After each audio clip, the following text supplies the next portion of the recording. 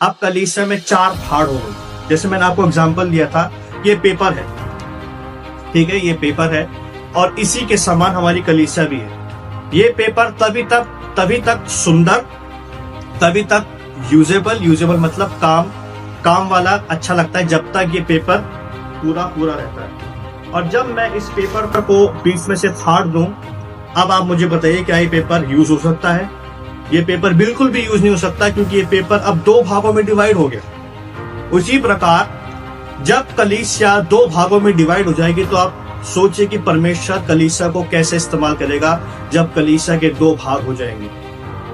परमेश्वर उस कलीसिया को कभी इस्तेमाल नहीं करेगा जो ये पहले एक थी अब 2 हो गई, मतलब कलीसिया में विभाजन आ गया। हमेशा याद रखिएगा कि कलीसिया को एक होना बहुत जरूरी है। पौलुस जो है वो कलीसिया में यूनिटी की मांग कर रहा है। Paul is appealing for the unity in the church. Paul is demanding, वो विनती नहीं कर रहा हाथ जोड़ के, वो डिमांड कर रहा है, वो एक वार्निंग दे रहा है कि तुम लोग यूनिटी में आ जाओ। Paul is warning us to come in unity.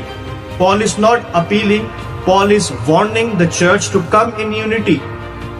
हमें कलीसिया को यूनिटी में आने की आवश्यकता है